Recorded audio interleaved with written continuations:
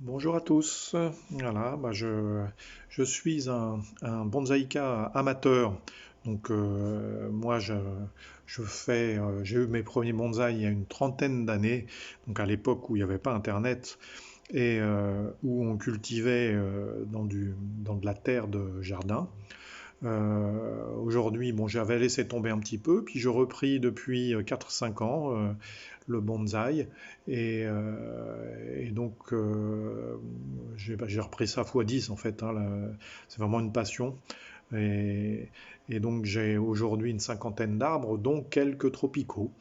Et depuis quelques années, je me demandais comment faire passer l'hiver à mes tropicaux. J'ai trouvé, j'ai regardé sur Internet, il y a beaucoup de conseils sur Internet, il y a un petit peu tout et son contraire. Certains nous disent que les tropicaux ont besoin d'une dormance, d'un repos hivernal, donc on peut les faire passer l'hiver dans une pièce non chauffée à 10 degrés. Et moi, pour le coup, je me suis dit, bon, ce sont des arbres tropicaux, je vais essayer de reproduire leur climat d'origine, donc un climat tropical. Je ne suis pas un spécialiste des climats, mais il me semble qu'il y a en gros deux saisons, une saison chaude, une saison humide. Et donc, en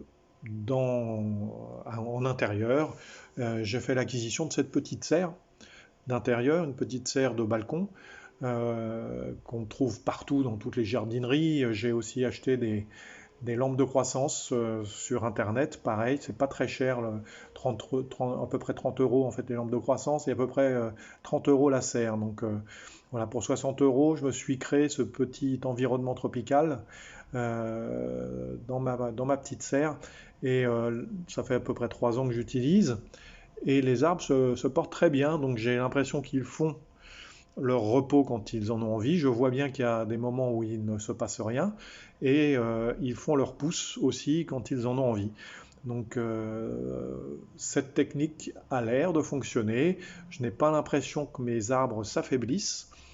Quand je les remets dehors, parce qu'ils passent vraiment tout le printemps et l'été dehors, ça pousse beaucoup. Et quand je les mets dans la serre, ça continue de pousser également. Et je vais ouvrir la serre et on se retrouve tout de suite.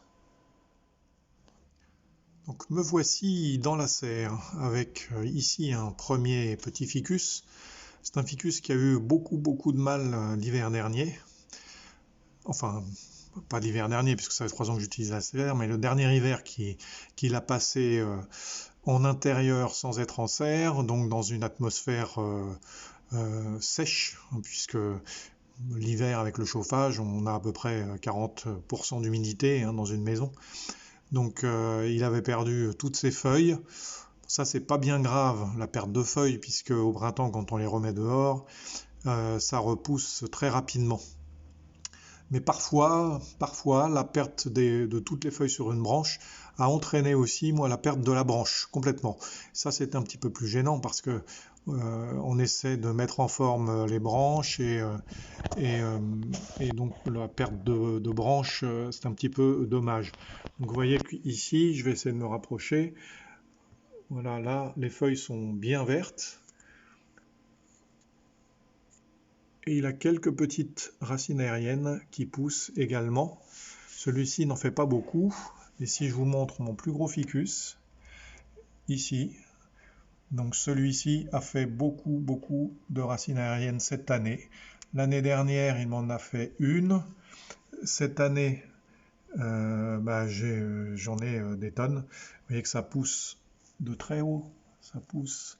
Si je vous montre la canopée, vous voyez, ça pousse de tout là-haut. En fait, ça descend le long du tronc et ça touche terre et ça s'enracine.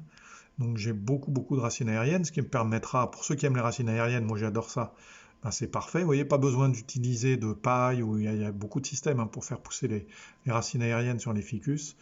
En atmosphère humide, en gros à 90% d'humidité, ça pousse tout seul. Ça pousse tout seul et ça touche terre. Parfois ça ne touche pas terre. Certaines sèchent avant de toucher terre, mais d'autres arrivent à toucher le sol. Donc voilà, celui-ci, me permettra de faire une sélection éventuellement de racines, parce que j'en ai beaucoup. Alors, j'ai également dans la serre des petites plantes tropicales. J'ai mis ces plantes tropicales parce que en début de saison d'hiver, en gros je rentre mes tropicaux au mois de novembre. Je suis en région parisienne, au mois de novembre, quand je vois la météo, les températures qui descendent en dessous de 5 degrés, disons, eh bien je rentre tout ça en serre. Et au début, j'ai souvent des moucherons de terreau, beaucoup de moucherons de terreau. Et donc ces petites plantes tropicales m'aident à lutter contre ces moucherons. Après, j'en ai plus du tout là, vous voyez, elles ont tout dévoré certainement. De temps en temps, il y en a un, mais voilà, j'ai plus de soucis en fait avec ces petits moucherons. Voilà, j'ai une plante tropicale ici, une autre ici, un petit peu moins en forme. Alors je l'ai mis dans de la tourbe, ce sont en principe des plantes de marais, donc je me dis que la tourbe, elles doivent aimer ça. Et ici, vous voyez, j'ai un petit montage de ficus sur roche fait à partir de boutures. Je l'ai fait en septembre dernier. Donc j'avais recouvert en fait toutes les racines par de la mousse pour les protéger, pour qu'elles poussent et qu'elles puissent bien entourer la pierre. Ici, à 90 degrés, je pourrais peut-être enlever la mousse, mais bon, je la laisse. Je verrai ça au printemps. Vous voyez les racines?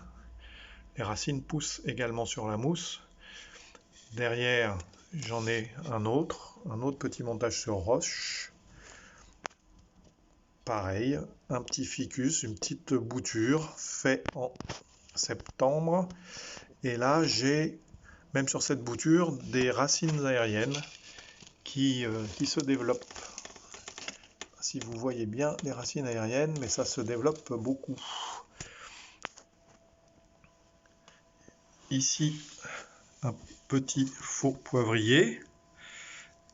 Celui-ci, je fais attention en début de saison de serre parce que il développe j'ai l'impression que ce sont des acariens. J'ai les feuilles toutes piquées, plein de petits points noirs au-dessous des feuilles, et elles jaunissent, elles tombent. Donc c'est pour ça que là j'ai fait très attention cette année. Dès que j'ai vu l'apparition des petites piqûres, j'ai traité, et là il me refait des pousses, et visiblement je n'ai plus de piqûres. Enfin bon, ça fait des pousses, des belles pousses. Alors bon, lui c'est pareil, hein, dès le printemps, il retourne dehors. Alors il est dans un petit pot de tokonam que m'avait offert mon fils à Noël de l'année dernière. Donc j'aime beaucoup ce petit pot.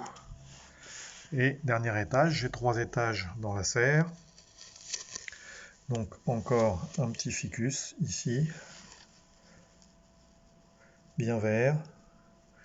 Bon, les ficus perdent leurs feuilles hein, quand même, donc, mais bon, ça c'est pas gênant, c'est normal, c'est le processus normal, les vieilles feuilles tombent, mais au moins j'ai pas toutes les feuilles jaunes et des branches qui se dessèchent.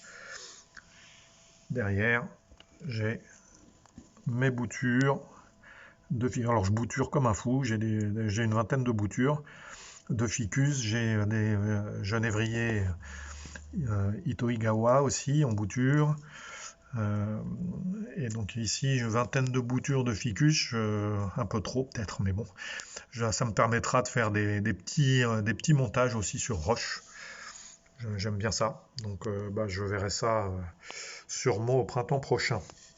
Donc 90% d'humidité, hein, je vous le disais, dans la serre, grâce aussi en fait à tous ces bacs remplis de billes d'argile, toujours humides. Donc ça me permet de garder cette humidité. Et en fait, j'engraisse, vous voyez, tous mes arbres sont engraissés à l'engrais organique, et ils sont dans un substrat d'environ 70% de pumice, et puis de l'acadama, de l'écorce de pin, j'ai mis un petit peu de charbon de bois pour limiter l'apparition de champignons. Et visiblement, ça a l'air de fonctionner. Alors, je mets des mycorhizes aussi. J'ai découvert les mycorhizes. Donc, depuis quelques années, j'utilise les mycorhizes. Ça a l'air quand même de bien fonctionner. J'ai l'impression que j'ai beaucoup moins de problèmes depuis que je mets des mycorhizes dans tous mes arbres, hein. Là, je vous montre les ficus, mais j'ai aussi un certain nombre d'arbres en extérieur. J'ai environ une cinquantaine d'arbres. Je vais vous montrer mon petit extérieur. Voilà, question arrosage. Vous voyez, j'ai mon vaporisateur que je remplis avec mes bacs d'eau de pluie que j'essaie de récupérer dehors. Et en fait, comme l'humidité est bien constante, je vaporise. Là, je viens de le faire. Je vaporise tous les jours. J'arrose un petit peu le substrat, mais pas tous les jours. Et ça suffit. Pas besoin de plus.